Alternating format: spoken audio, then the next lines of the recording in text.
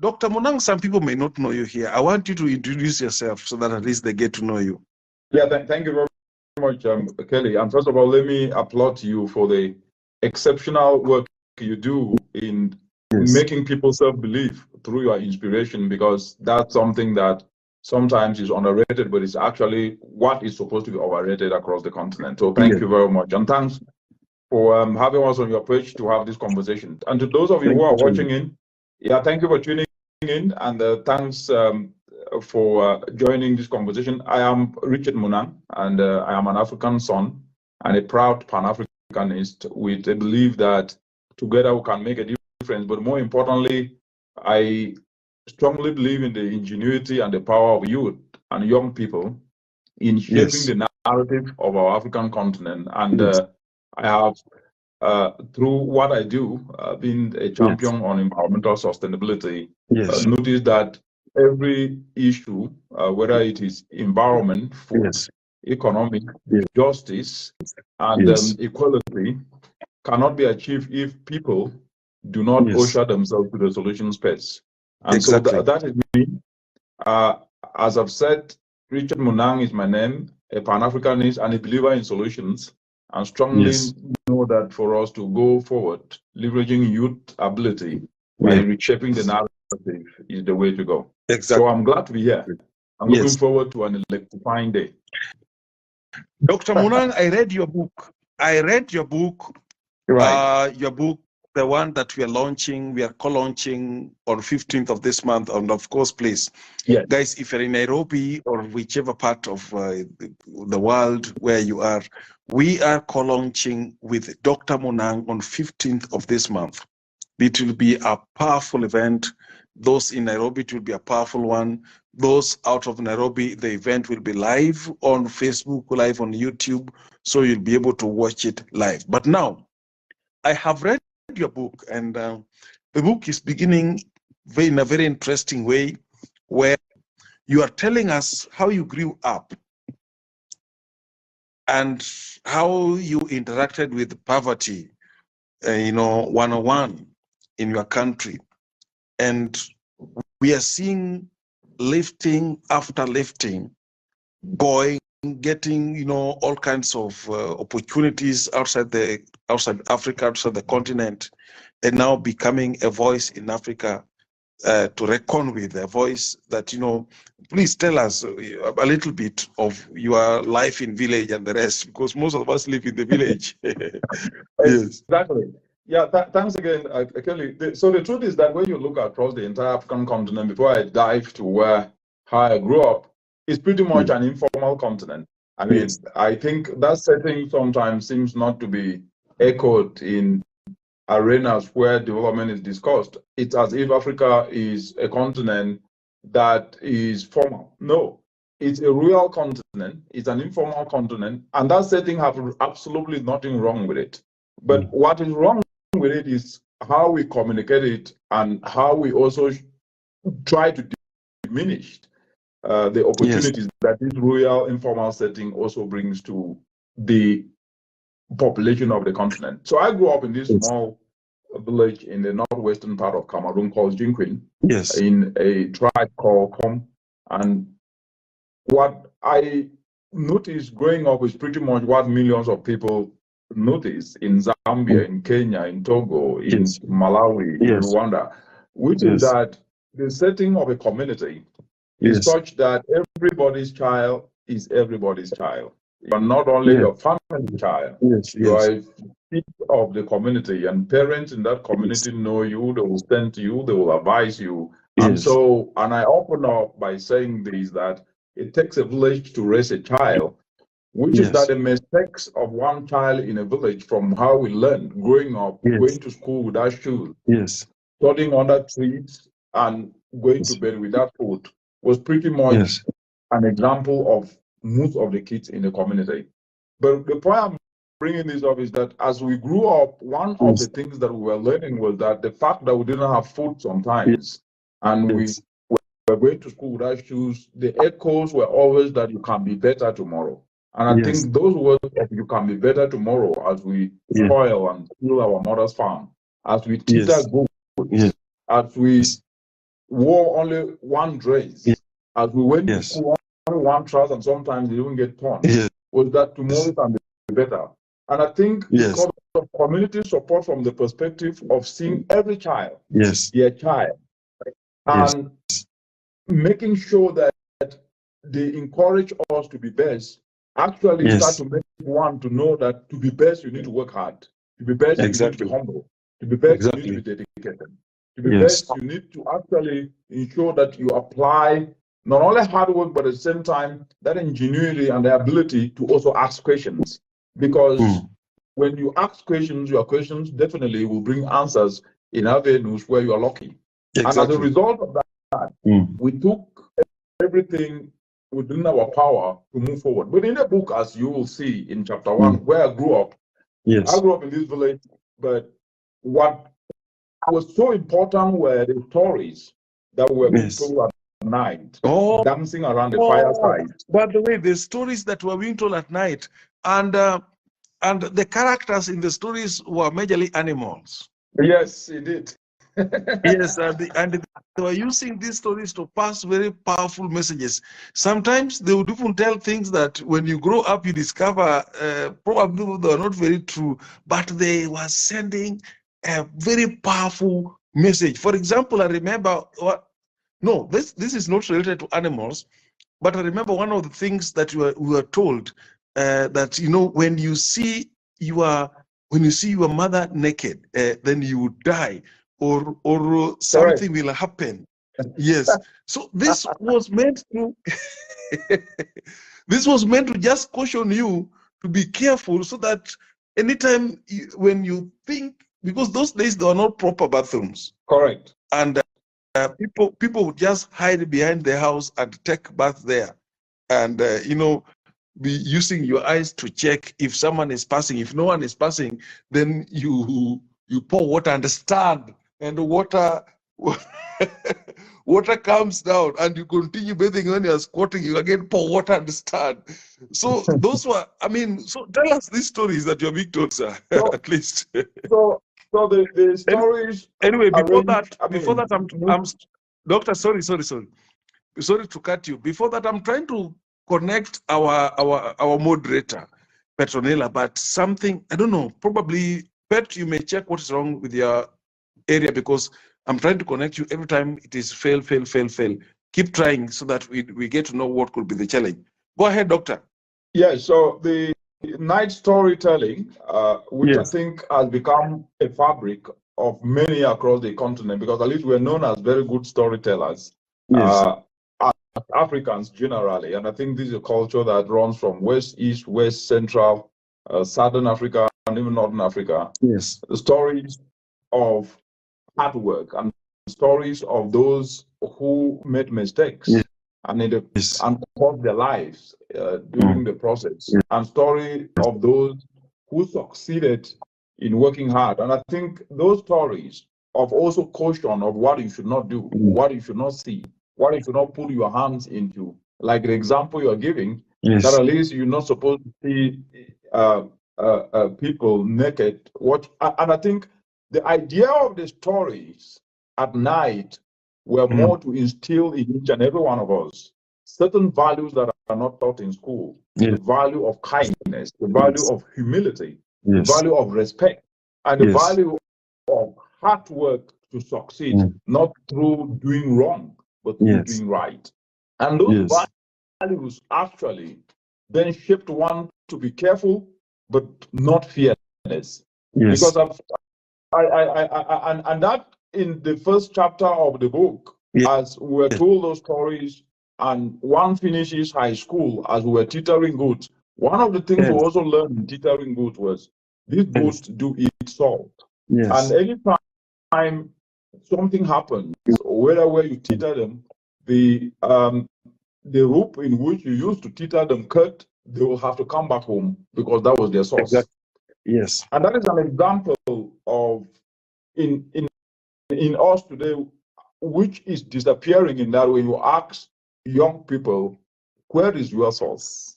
Because sometimes they discuss Africa as if we are pedestrians or tenants in the continent, as if it belonged to someone else.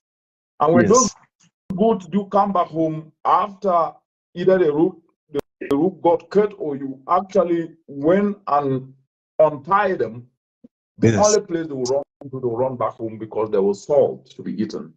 So exactly. Before I move to the next chapter, what this chapter actually arouses in everyone is, where do we belong? And why, if we belong in Africa, why do we discuss Africa as if it belongs to someone else? If we own it, why do we discuss as if it is some elitist people that own it, rather than us saying, look, this is ours, and we'll play our part whether you like it or not, to take it and move it forward. Not taking it through guns, but taking it through knowledge. Not taking it through guns, but taking it through wisdom. Not taking it through guns, but taking it through collective endeavor with selflessness and kindness that can push us forward. And that chapter concludes with a question that I asked, that why should I have to leave a village to go to high school out of my village? Yes. And that sons and daughters of any community across Africa should never, ever be leaving their communities to go elsewhere. That opportunities should be created where they are. And that goes to that point that I started off by saying that Africa is a rural continent. And the informality of Africa presents both advantages and disadvantages. But the advantages outweigh the advantages. Why do I say so? Yes, go ahead. Tell us. Exactly. Those who are born after the 90s and 2000s today don't even know what we call teetering goats. But those who were born till after the 90s and the 2000s have never actually sometimes been disciplined. Not only in terms of beating, but in fetching water at midnight, getting back from school and going to the farm to be able to till the farm, clearing the coffee farm. And if you don't do those things, you will not be able to eat. But today they will tell you that as a result of, if you do that, that is not right. It is not fair. But what we learned through this was that resilience was built. And I keep telling people that excellence is an offshoot of adversity. If you do not excellence is, please come up once again. Let's get that. Let's get that. Excellence. Excellence is an offshoot of adversity. If you do not suffer, you can never ever devise solutions to be able to overcome adversity. And when you do suffer and devise solutions to overcome adversity, you will become excellent in that, because you were faced within a deep sea and a hard rock, but you navigated up that rock and you survived. So you become not only excellent in that, but you can actually become a benchmark for success. But when young people, especially, before I go to chapter 2, especially think sometimes, I wanted to mention something. I wanted to ask you a question. Right. Because you have mentioned that there is a relationship between between excellence and suffering. Correct. So there are people whose parents suffered, and so there is no need of the children suffering. So must someone force themselves to suffer if they don't have a reason to, so that they become excellent? Or does it mean that those who have some foundation laid down for them are not destined to be excellent? How do you draw the line here? If you just conduct a very simple experiment and take kids who have grown up in communities without shoes, and they have done everything they can to be where they are, they must not even have a certificate or a degree, and you put them with somebody who grew up with what we call, who is spoon-feeded, and give them the same assignment that requires common sense. That kid in the village is going to succeed to finish that assignment and bring some ideas that you've never known. Just try that experiment, you will see. The point I'm trying to make is this. You see, one of the things that we need to be very, very, very forthright about is that intellectual knowledge that is gotten from academic knowledge is not enough. Because the challenges, because the challenges of the world and of Africa and of the spaces in which we are in today need common sense. And common sense is not necessarily always academic knowledge. Academic knowledge is important for one to be able to read, to write. But emotional intelligence is not only driven through as a result of academic knowledge. The respect, the humility, the kindness, the selflessness are not taught in school. These are values that we pick them from our families and from communities. And the difference that brings to me is 99.99% as compared to somebody who's only vested with city life and academic knowledge and PhDs. Don't get me wrong. Education, formal education and academic education is important, but it doesn't complete the circle. And therefore, when you go through adversity, you will understand two things. Number one is life is not a place of ease. Number two is hard work is actually an ingredient for one to get out of difficulty. Because let's face it, poverty is not an indictment on anybody. Life was never meant to be easy. Life was never meant to be easy. The earth was never created for anything to be easy. That's why you have to plant. And whatever thing you plant, you will harvest. You plant maize, you will harvest maize. If you plant beans, you will harvest beans. You cannot plant beans. You will harvest broccoli. Absolutely. You plant mangoes, you will harvest mangoes.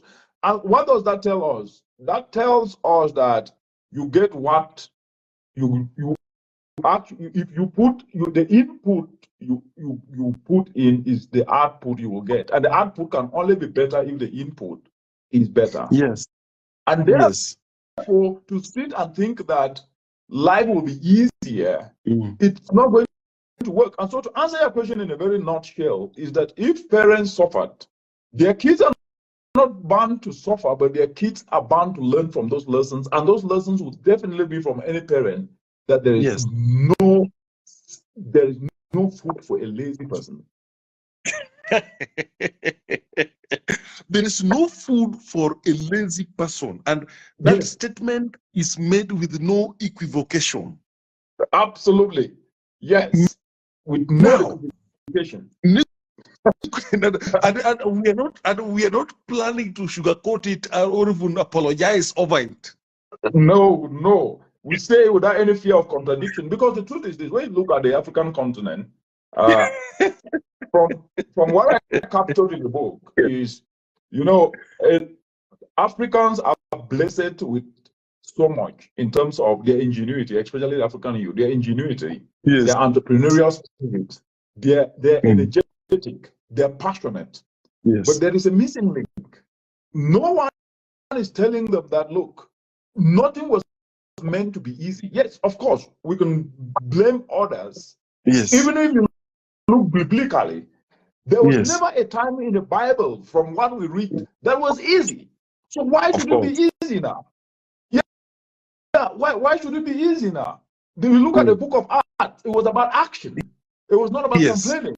It was all about action. It was all about action. Yes. And because of that, it means that historically we were created to survive adversity, and it is through adversity that we build resilience, and by building resilience we become innovative. Let me just give a very practical example. Yes. If you get out in the morning and there is waste in your house, if you don't gather that waste from your house to throw it, it's going to start smelling, and you'll be the one to inhale the smell, and it's going to cause you disease. In case you smell and then you don't throw it away, you will be inhaling bad air that is not conducive for yourself. But to carry that waste needs effort. That means you need to carry it, to dump it in the bin where it is. Why hasn't that waste just by you saying, oh, this waste, it's smelling in the house, it should disappear, and it disappeared? The world is not a place of magic.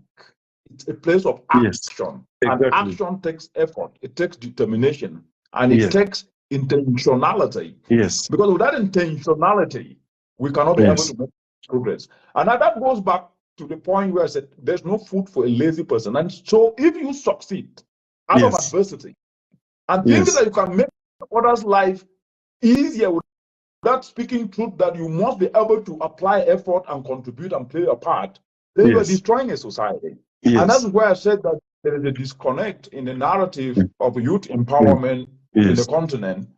with the reality that they will face. But does it mean that they have to suffer before they succeed? No, that's not the point. They should not suffer. No one should suffer, but everyone should be able to apply effort towards what he or she wants to do, because that is nature. We cannot come and create a world that doesn't exist. What you have said is very true, because you see, one thing I've always believed in is that a child of a rich man is not a rich child. Absolutely. Because the thing is this, it is your parents that made it. And they can give you the wealth, but you don't have the resilience, the tenacity, and you don't have the password that they used to get it. So even if it is transferred to you and you don't have the software to maintain it, it will still slip through your fingers, and some matter of time you'll go back to your original state. That's the so-called the reset setting, so that you start afresh and begin constructing your life by yourself.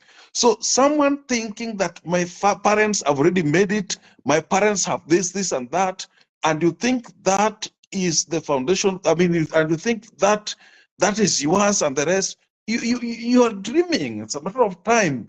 You can go back to the reset, to that state, and it can be so bad. So people should think, or on constructing for themselves and developing that for themselves. Doctor, you have made something very profound. I can see a number of people commenting here. Thank you so much. There is a friend of mine, those things are written, I don't know that language, but I know him. He's a personal friend. It's called John. John is saying Earth is not a place of magic. And Stephen is saying that amazing Kelly. Someone is saying he will visit, offering, suffering has levels. I think it's a must, like a seed in soil. Someone is saying that. Then John Mtonga is saying, good evening, watching from Zambia. And so on, a number of people making comments here. He liked your teaching, so on and so forth. Now, Doctor, of course, this wisdom is in your book, a very powerful book that we are launching next month. And guys, please, I want to tell you, this book launch that we are having this month on the 15th is not just any other event. This is an event to be part of. If you're outside there and you're seeing you may not be part of it, you can be part of this in many ways. And the thing is this: number one, you can decide to say, I am buying 100 copies of Dr. Munang's books, and I want to ensure that these books reach people, either in Kenya or whichever place that you direct us. We will ensure that people reach that, the books reach those people. You can decide to say, I'm also buying 100 copies or whichever number of copies of Kelly's book, that is Wisdom from African Proverbs, and we'll be able to deliver to them. That is also part of support to this program. You can also say that, you know what's happening, because of these things that are happening, I may not be part of this, but I want to be part of this. And you support us for this program that you are trying to gather at least 600 people seated down and drinking from the well of inspiration and knowledge. Doctor, I can't wait to hear you dispense wisdom and fixing mindset on that particular day. Thanks a lot, Kelly. And I think as you were speaking, I was just thinking through, I was thinking, it does not cost you anyone a cent to think positively, right? And it doesn't cost anything to be kind. And it doesn't, you do not need any cent to be kind. Yes. And so no one should ever spend a second, right, focusing on negativity and thinking that he or she cannot be able to make it. So one of the things that I think, and I started off by saying that, look, the young people of Africa are very hardworking. The question I've always asked is, what are they working hard for? There's a difference working for survival, and there's a difference leveraging survival for impact. Yes, please differentiate for us. Help us decipher it. working for survival is the immediate self-gratification that I need to live a day at a time. Yes. Which means that I don't necessarily bother what I myself can offer to create a legacy for myself, which will entail doing that which others have not done to better the lives of others, regardless of where I come from. And this is an inspiration from my own roots. The thinking was always, how do I do things different to solve the issue of crop failure that I saw in my mother's farm? And that is when you live for immediate self-gratification and from hand to mouth and thinking that somebody must support you and get entitled in the process, you are living just for survival. But when you struggle in the process of trying to get something that goes beyond you and create an impact in society, that you go to school without shoes, that's okay. That you go to bed without food in your stomach, that you don't have even money for breakfast, but you are believing that I will do my best, and anything I get, I will continue to study, I will continue to help with that community project, play my part, because when it works in this community, it can become an inspiration for others to follow.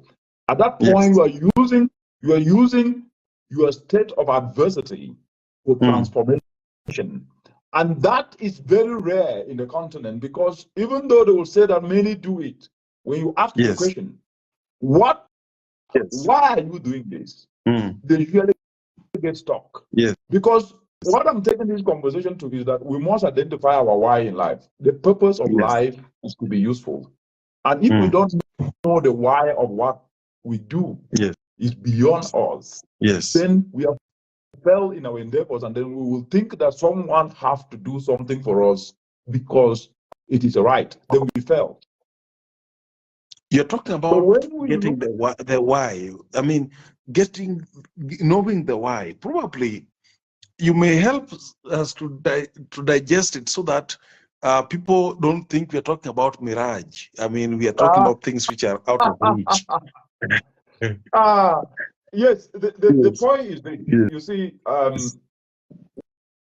when you don't know your why is, it doesn't matter what you study, whether you study economics, physics, chemistry, geography, environment, it doesn't matter. Subjects are not reason for us to do what we do. What we do should be to answer the question of why am I doing this? So if you engage people like we are here today conversing, let me use this platform. We are not here for popularity. The reason why we are here, our why here is to educate, is to distill knowledge. Exactly. Distill knowledge that can empower and reinvigorate in each and everyone that spirit that they are able and they have everything it takes to be able to succeed. Because success is not necessarily an accumulation of material, but it is the ability of an individual to do that which others have not done, so that at least there can be a difference. A needle can be moved forward. And once you do that, that is success. Once you touch a life, that is success.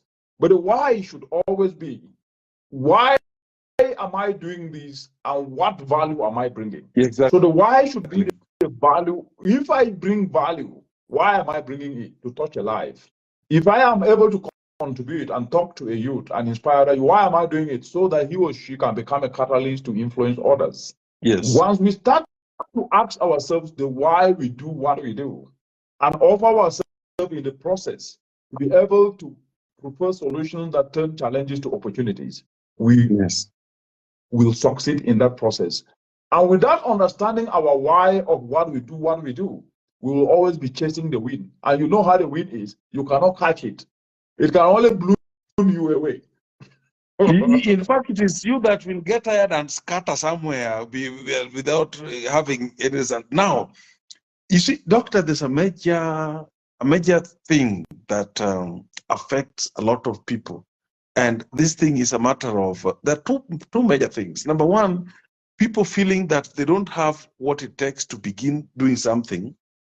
They think that they still need all kinds of things that are probably, may take some time to get. Second to that, this issue of having excuses. Some people are professional, with excuses, and they package excuses with logic in such a way that if they tell you the reason as to why they're not doing something, you will blame yourself for forever thinking they can do it. I will say that. In fact, they will render you very foolish when they give you the reason as to why they're not doing something, because they will pull out logic and make you feel that they are very responsible for not doing what they're supposed to do. I get in that. And you see, a lot of people listening to us right now people can do a lot. And of course, everyone has their why, like you mentioned. But there is a difference between having the why and now putting the why into practice without the execution part.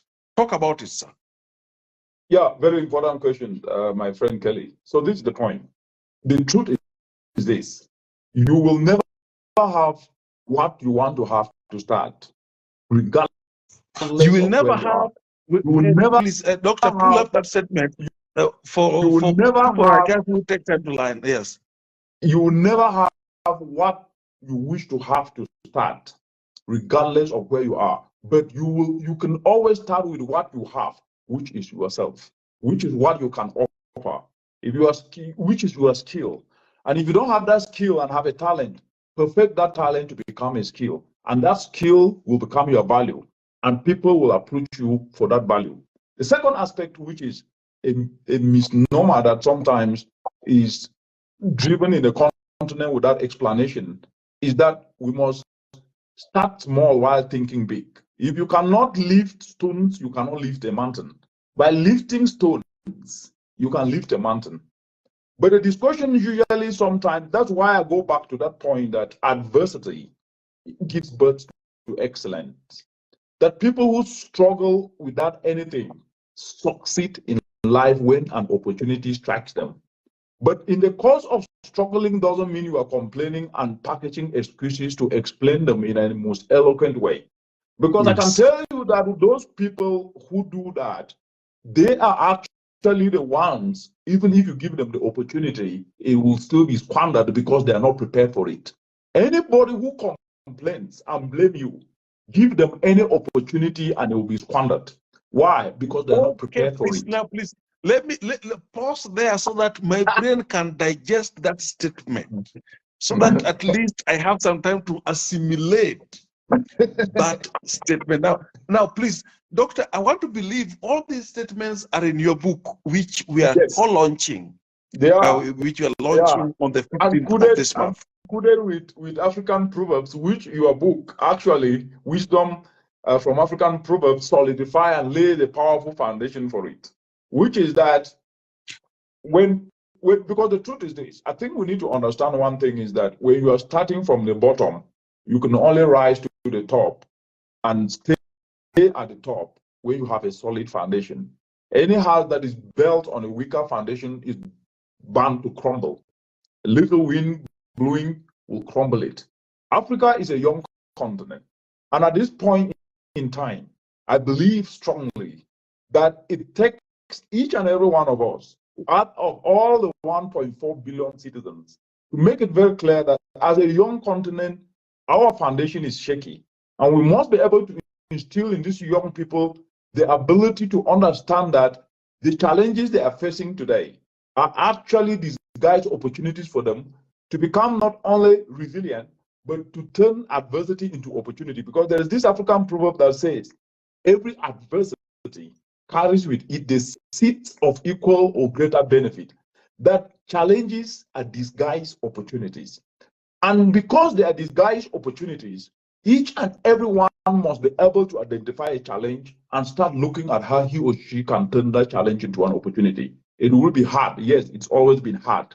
From the Bible, nothing was easy. If it were easy, everybody would be doing it. There is ease is the biggest threat to progress. Ease is the biggest threat to transformation. Ease is actually a killer on its own because it weakens and decapacitates those who have potential for that potential to even evaporate. And therefore, when you face hardship, the first thing you should always ask yourself is, now with what I have, how can I use it judiciously to start to progress myself in turning that challenge into an opportunity? Once you open your mouth to complain, you have already weakened yourself and you become a tool for destruction in the process of solutions making. And then you never make solutions.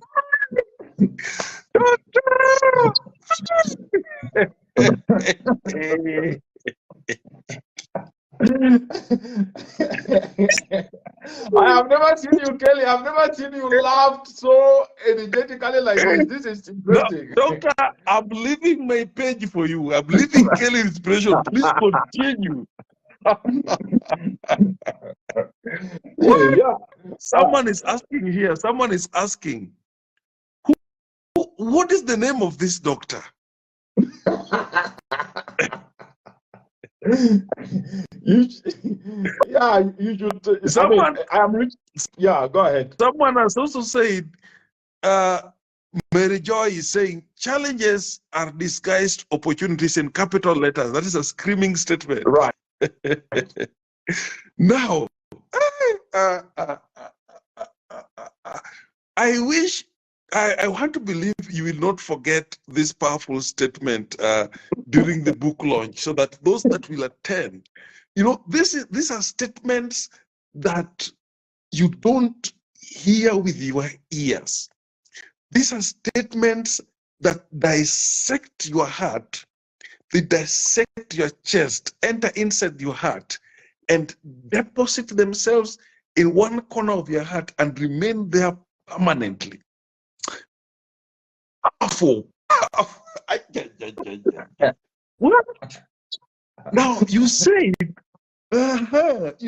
that anyone who complains a lot, give that person any opportunity, they will still squander it.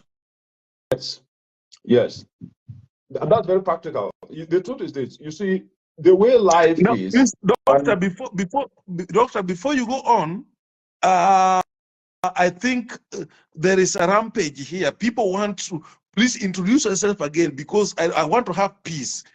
People are really buffeting me that they want to know your name. So please introduce yourself again so that I can have peace to continue with this life.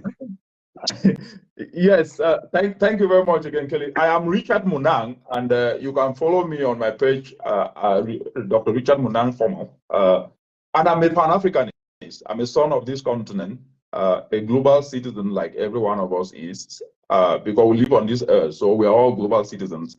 But I'm someone who is so passionate about how we can reshape the narrative of the continent, because I think for quite so long, our narrative has been that of poverty.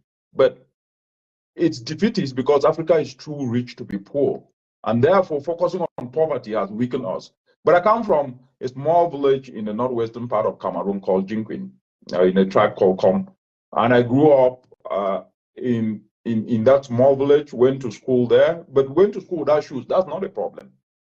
First, famine, where we went to bed so many times without food, that's not a problem.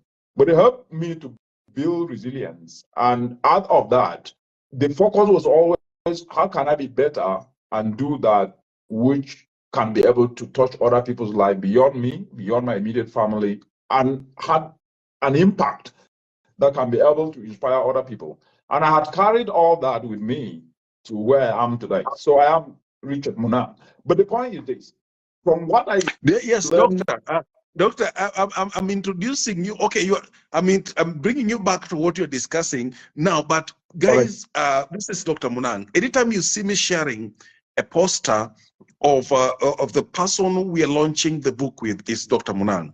Dr. Munang has written a powerful book, and as you can see, as you can hear, is sharing nuggets, and these nuggets are in that book. You can't miss Dr. Munang's book, even if you're out of Africa.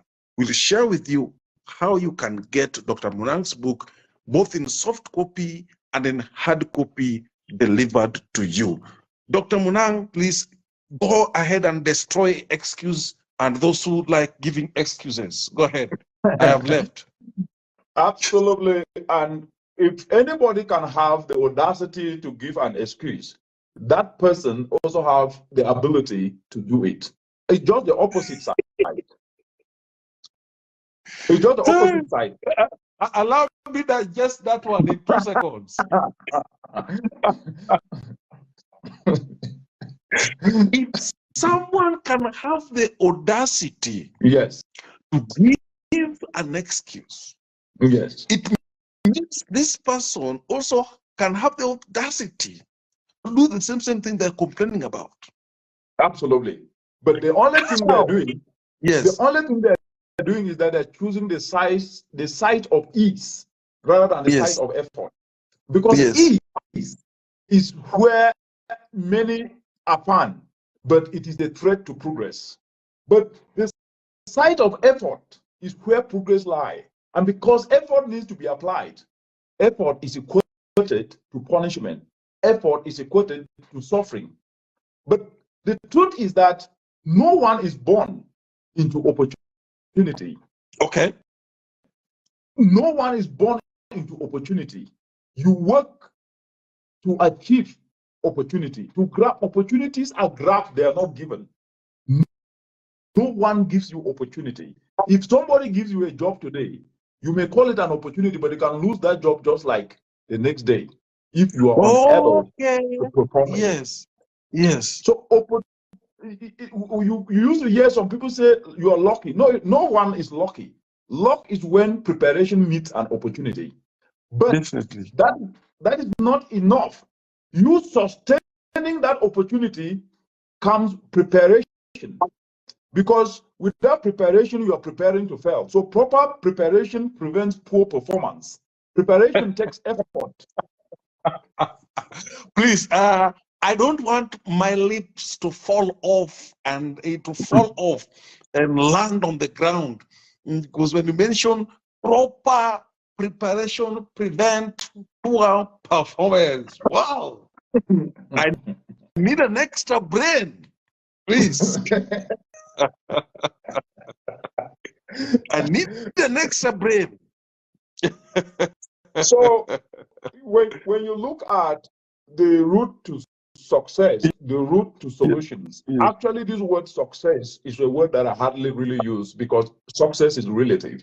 I see the route to solutions a better one because you cannot be able to achieve or devise solutions that solve a problem without applying effort. And once you devise a solution, that's already success. Once you solve a problem with it, that's already success. So success is incremental. And at every stage, effort needs to be applied. But what I am noticing is that because of ease, and the ease is attracting a lot of people, and the people utilize a lot of energy to blame and complain. The next day, the problems are still the same. After a year, the problems are still the same. But those who don't even open their mouth to complain and start small, next day, there is some progress. The month, 1 year, 2 years, by the time you see them, they've already gone ahead, and those who have been complaining are still in the same place, which then means everybody can succeed regardless of where you come from. Whether you come from a community like mine, going to school without shoes, that is not an indictment. You can succeed. But the only difference comes on, can you apply effort? And I know many will ask, I have been applying effort and I'm not succeeding. You are in a wrong environment. And your environment that you are wrong in, your friends, those you surround yourself with, those you consume information from, those you have actually been feeding on their junk and not expanding your scope, and who have been telling you that government is a panacea to solutions for you to be able to succeed. That if you don't have donor funding, you cannot be able to succeed.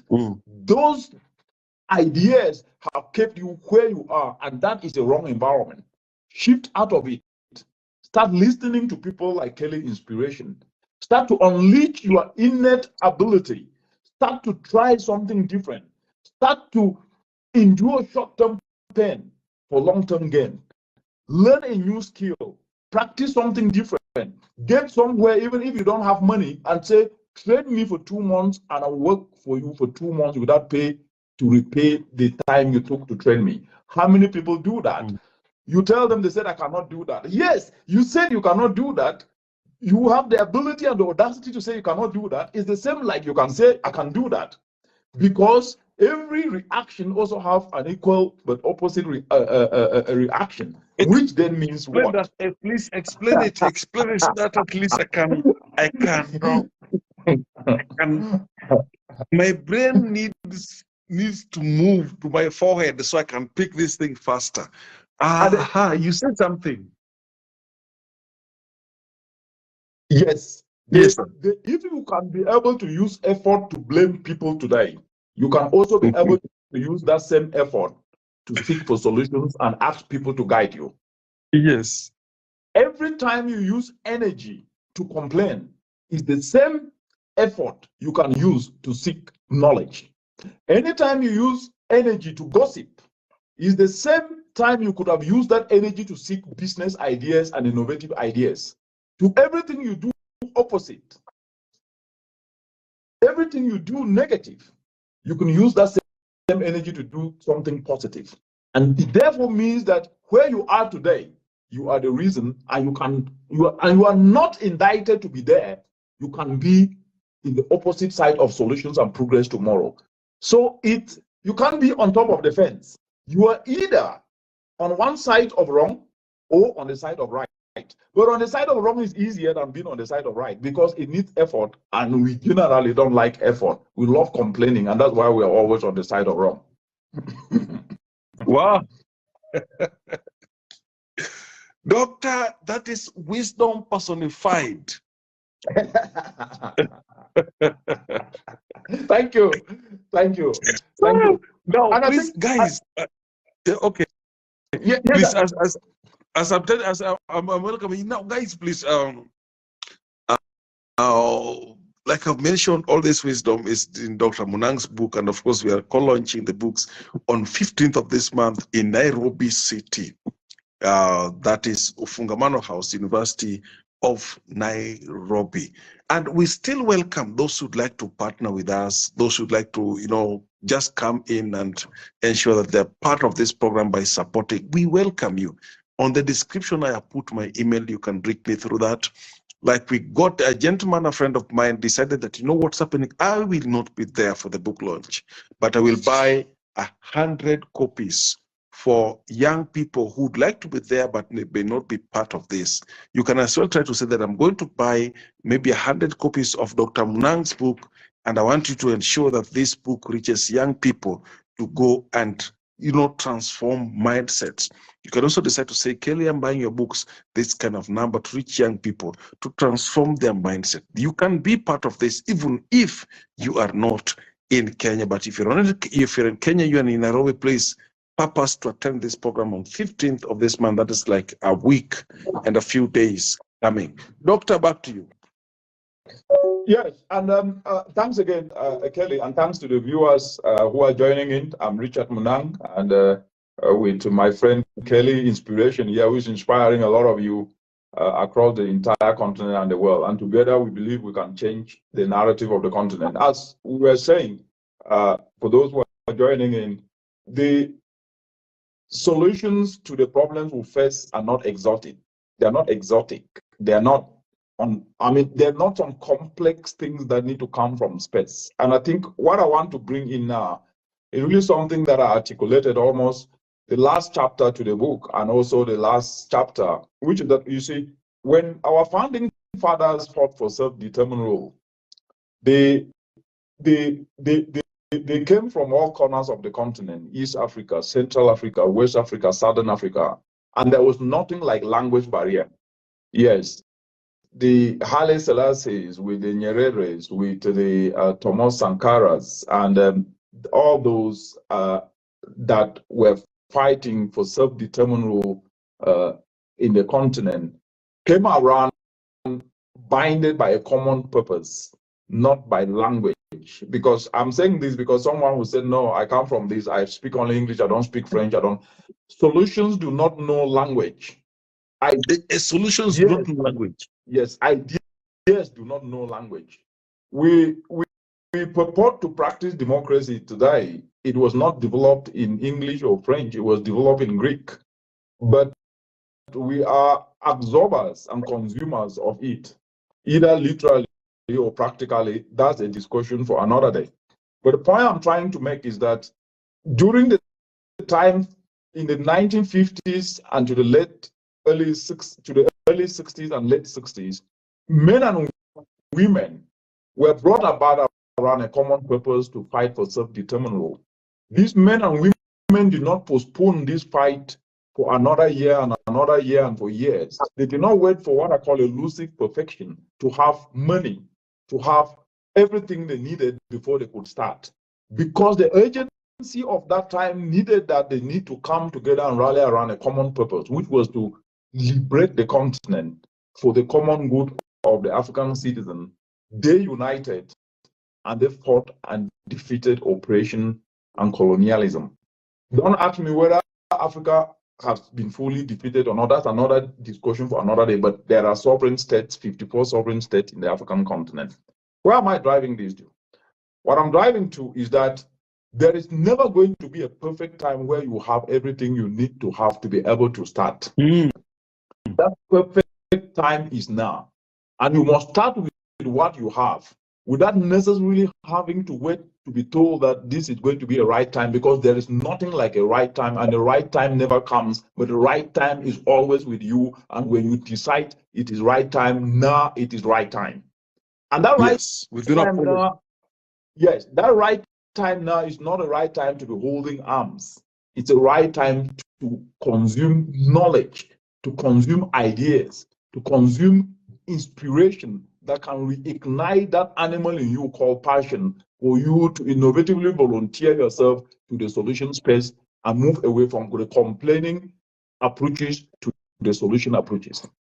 And when you do that, what you're going to notice is that the you of today will become a different you of tomorrow. And the you of tomorrow will be better than the you of today. Why? Because you can start to tell yourself, oh, I am not doing something that is far bigger than me. Because when you do something that is smaller than you, it reduces you. So when you do something that, yes, it reduces you and make you feel inferior and small. But unfortunately, nobody is small. We are all big. But that bigness and grandeur and that large ability of us to feel that we are high up there is when we start to maximize our potential, to go beyond our bandwidth, to do that which goes beyond what we thought we were able to do. And once we start to do that, we will notice that our arena will change, our influence will change, those we engage will change. But that can only come when you start to offer value, because value attracts value. If you cannot offer value, attracts value. Yes. If you cannot offer value and you think that complaining and blame game is value, unfortunately, it repels those who can be attracted to you, because you become a toxic asset. Okay. You become a toxic asset. So yes. You realize that when people notice that you are ever complaining why something cannot be done, you repel them. Exactly. Because everybody have a problem that needs a solution. So when you meet that person, you get to his office, you think he's a director or he's a chief executive officer. He or she have a problem that he or she is looking for solutions. When you come to add to that person's problem, you are a trouble asset. You are a trouble asset. And that didn't mean that, that it means anytime you meet anyone, you offer a solution of what you can do. What are you doing? This is what I'm doing, and this is how I can be able to help you do ABCD. This is how I can be able to inspire your staff to be able to do ABCD. I can provide coaching, I can provide it. But when you meet anyone, somebody jumps into your DM, sir, I have just finished a BSc, I'm looking for a job. How is that going to help me? He's looking for a job, a skill. He's looking for a job, any talent. That's already portraying trouble asset. And I've told young people, when you engage someone, always engage from the perspective of what you can offer. And then once you engage from that perspective of what you can offer and say, this is what I've done and this is what I can do, sir, to help do ABCD, you've already brought yourself up to the standard of equal discussion, because you are bringing something that a person might not have, and he can then be able to engage you in a conversation. Once you inbox anyone, even without saying hi, and just go straight, I've finished with my master's and I need a job. How is that a skill? How does that help solve problems? Does telling somebody you have finished a degree an equivalent to a solution provider to a problem in a community? No. And therefore, it means that the young people need to start repackaging themselves from the perspective of how they communicate what they can offer. And what they can offer might not necessarily be the big book of PhDs and masters that they market, because those are certificates. Certificates are not a skill. They open doors. Skills are what you can be able to use to turn a challenge into an opportunity, to turn a problem, to provide a solution, to turn a problem into something that can be able to make someone's life better. And you might not necessarily have used your degree. I don't think that you use your degree, Kelly, to be able to eloquently distill these nuggets of wisdom. And I don't think that I'm speaking here because I had a PhD in environmental science. No, you are going to notice that what you will be able to offer sometimes is actually not even part of your degree. It is even just what you passionately develop interest in and learn. And the continuous learning process takes effort. But when you sit and complain without taking time to learn, you will only be depreciating yourself. And once you depreciate yourself, you become valueless. And just like a currency, it will reach a point where you cannot even be able to afford a loaf of bread with what you can be able to open your mouth and say. Wow, Doctor, I mean, the thing is this. I am going to reserve you for, should be a day or tomorrow or a day after tomorrow, we are going to do a flyer to share people over the same. But I can tell you, Doctor, you have wired uncommon wisdom into our brains. Thank you so much, Doctor. And please, guys, if you're in Nairobi and its environs, we'll be having a common book launch with Dr. Munang on the 15th of July. There's a very powerful book launch that you can't miss. We'll be hosting dignitaries. We'll be hosting people from different nations. We'll be hosting uncommon people that will be coming to grace this occasion. To be a moment of enjoyment, entertainment, and the rest. Please be part of this whatsoever. Doctor, thank you so much. And please, someone is asking, how can we be listening to Dr. Munang frequently? The answer is there. Kelly can provide a gateway for you to listen to me. And you can also follow me on Richard Munang on Facebook as well. I think Kelly is going to drop my handle there. Dr. Richard Munang, you will get him definitely. Thank you so much, Doctor. No, thanks a lot, Kelly. I mean, and just my parting words, I just want to part with this. There are two words. There is emotion and logic. And so if you imagine yourself in a battlefield of an army, having a big army doesn't necessarily mean that you're going to win the war. And once you look at that, if you have an army, that battlefield, on one side you have just one lone army. That one lone army is calm, is wise, is strategic, and this single soldier is called logic. The mighty army is called emotion. So in the heat of battle, it's very easy to think the larger army will win, but the battles aren't just about numbers. And why I'm driving this is that they are about strategy, they are about insight, patience, and planning. And the lone soldier logic might seem outnumbered, but never underestimate its power, the power of logic. So our emotions of complaining, of blaming everyone is like the large army. And the large army, despite the fact that it's incredibly strong, and so they can drive us to do great things, push us to our limits, and make life terrible sometimes. Yes. But when they become too powerful, they can cloud our minds, our judgment, and lead us astray and create chaos in our lives. So complaining, blame game, we become emotional, and all those sort of things. But on the truths of anger, what you will notice is that it's easy to lash out without thinking, abuse everybody, ignore, kick out even those who are there supporting all to give solutions. But think about this lone soldier, only one soldier, called logic. So what does logic do? He doesn't rush in without thinking. He studies the battlefield, understands the strengths and weaknesses of his opponent, formulates strategy, and when we let logic lead the way, we are able to make clear-headed decisions. We are able to solve problems. We're able to devise solutions. We're able to move ahead, and that is what Africa needs today.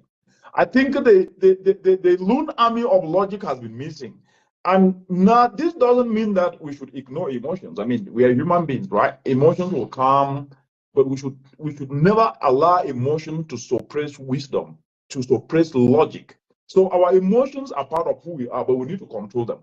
So the next time you find yourself in the space of whether to choose to do right, even if it is inconvenient, do right. Don't do wrong just because you think that they are supposed to have done it for you and they haven't done it. I'm not going to do anything. That's emotion that is distracting you. In the same way, become logical, because logic and reason is what each and every one of us need to move forward, to become wise, to become the strategic soldier. Who knows? That victory that you've been waiting for and praying, by leveraging logic, you can just win. Thank you. Thank you so much, Doctor. That is profound. I mean, uncommon wisdom from Dr. Munang Mwenyewe. Someone is saying amazing, amazing. Someone is saying amazing. Oh, thank you so much. It's really amazing. Doctor, I appreciate you so much, especially for your time. I know you have a lot, you know, on your plate, but carving out time to be part of us, to share wisdom with this generation is something that, you know, we really appreciate. Thank you so much, Doctor. And I can promise you guys that I will bring Dr. Munang over and over again. And the good thing is that he has accepted. Thank you so much, Doctor. Please mark the date, 15th of July, as we launch the book with Dr. Munang. Thank you so much. All right. Thank you so much, Kelly. Thanks to the viewers. Looking forward to the next discussion again. Bye-bye. Thank you. All right. Thank you.